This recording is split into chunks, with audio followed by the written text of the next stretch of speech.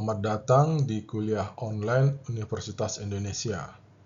Kali ini kita akan membahas tentang gelombang elektromagnetik.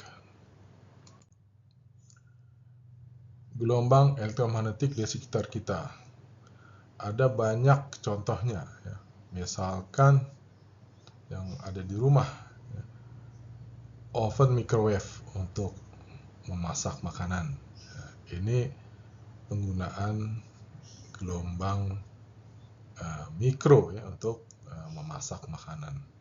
Kemudian juga ada foto ronsen ya, di rumah sakit, biasanya untuk melihat bagian dalam tubuh manusia, terutama bagian tulang.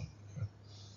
Kemudian juga yang sehari-hari handy talkie atau sekarang sudah diganti menjadi handphone. Ya. Ini juga sama, ya, menggunakan gelombang elektromagnetik untuk menerima berita atau memancarkan berita.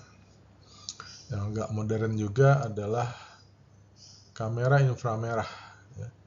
Kamera yang bisa digunakan untuk mendeteksi objek terutama di waktu malam, ya. Tidak terlihat oleh mata, tapi kamera ini bisa mendeteksi namanya sinar inframerah.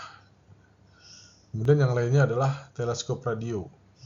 Jadi teleskop tidak melulu pakai lensa gitu ya, tapi pakai antena. Nah, antena ini yang menerima gelombang radio ya, dari langit ya, dalam dunia astronomi mungkin dari bintang ya, untuk melihat bagian bintang yang tidak terlihat oleh cahaya biasa. Itu. Arah rambat gelombang tersebut tegak lurus terhadap arah getarnya. Gelombang elektromagnetik ini punya dua komponen, ada komponen medan listriknya dan medan magnetnya, dan mereka saling tegak lurus. Jadi mereka bergetar saling tegak lurus dan juga tegak lurus terhadap arah rambatnya.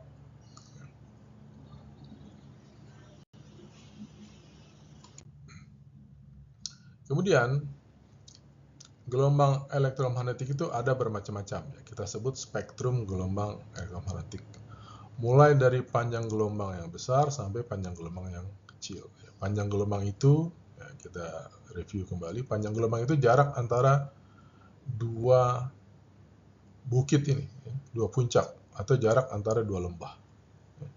Kemudian yang disebut amplitudo adalah simpangan maksimum atau gangguan maksimum. Ya, seperti itu. Kemudian gelombang M ini tadi adalah gelombang transversal. Ya, getarannya, gangguannya itu tegak lurus terhadap arah rambatnya. Nah, di sini gelombang radio, ya. Gelombang radio itu gelombang EM yang panjang gelombangnya besar sampai ke sinar gamma. Ya. Ini gelombang EM yang panjang gelombangnya sangat kecil. Ya. Biasa digunakan di rumah sakit untuk membunuh sel kanker. Kemudian interferensi gelombang, ya, sini khusus untuk gelombang EM cahaya, ya. Gelombang EM cahaya. Nah, di sini ada gambar ya, cahaya monokromatik itu cahaya tunggal ya, cahaya yang satu warna gitu ya, misalnya kuning atau merah saja ya. Nah, jadi satu panjang gelombang. Nah, didatangkan pada dua celah sempit ini. Nah, nanti kalau di belakang kita pasang layar, itu akan terjadi pola terang gelap sesuai dengan bentuk celahnya ini. Ya.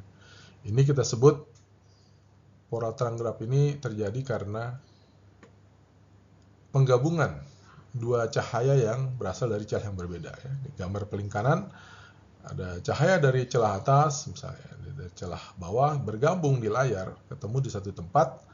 Nah, jika konstruktif dia akan menghasilkan garis terang, jika intervensinya destruktif akan menghasilkan garis gelap, seperti itu. Kemudian selain interferensi ada juga difraksi, ya, seperti dibahas di modul gelombang mekanik. Difraksi pada cahaya prinsipnya sama, yaitu pelenturan dari arah rambatnya. Awalnya mereka sejajar begini, kemudian ada celah sempit. Ya.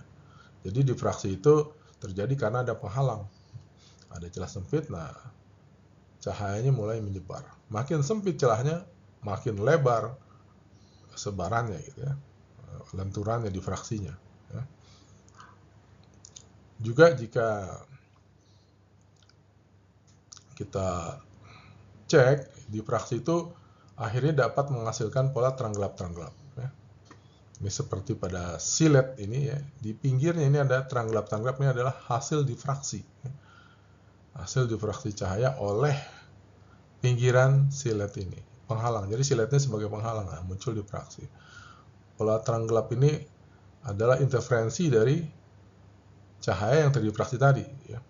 Jadi ini terang gelapnya ini adalah interferensi, hasil interferensi, sementara difraksi itu adalah pembelokan cahayanya. Seperti itu. Nah, kemudian ada lagi di sini untuk gelombang EM atau cahaya, istilah pentingnya ada polarisasi. Ya. Polarisasi itu adalah arah getar. Ya. Secara umum cahaya yang merambat itu arah getarnya sembarang gitu. Ya. Nah, kemudian ada suatu alat polarimeter, nah, atau polarizer, ya, itu bisa membuat cahaya yang arah getarnya sembarang menjadi teratur, ya, seperti gambar di kanan atas ini. Ya.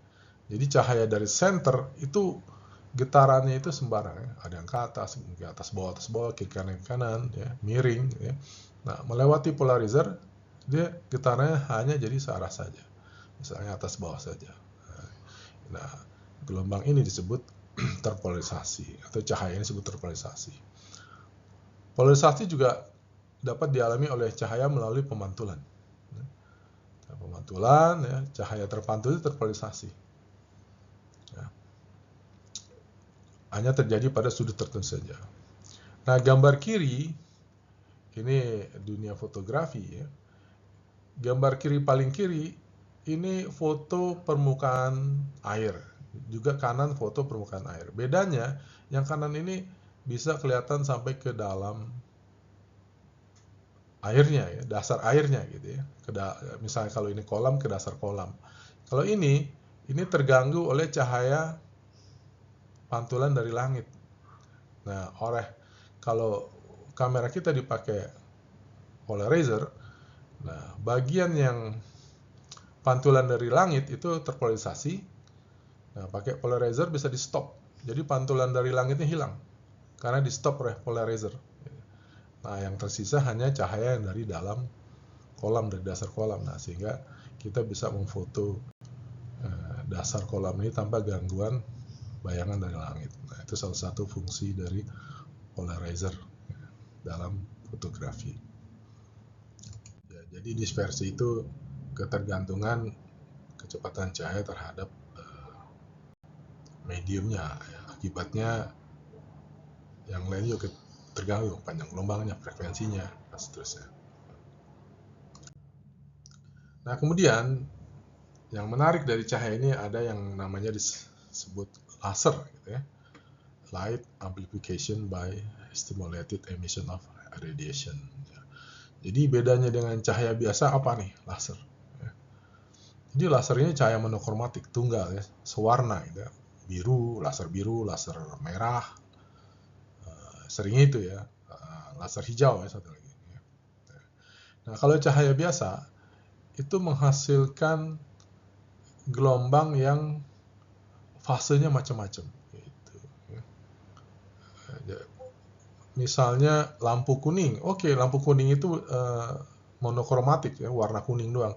Tapi gelombang kuningnya itu fasenya berbeda-beda, maksudnya getarannya nggak bareng gitu. Nah, kalau laser itu adalah gelombang cahaya yang getarannya bersama gitu. Ibaratnya seperti tentara berbaris. Nah, jadi dia menjadi cahaya yang kuat. Ya. Nah, jadi spasi ini kita sebut koheren. Untuk itu kalau kita lihat laser itu dia lebih berupa garis gitu ya, dibandingin dengan cahaya biasa yang agak menyebar gitu ya. Nah, tapi kalau laser itu dia koheren, jadi dia sefase semua gelombang yang dihasilkan. Nah, akibatnya cahaya yang dihasilkan pun lebih terarah dan lebih kuat.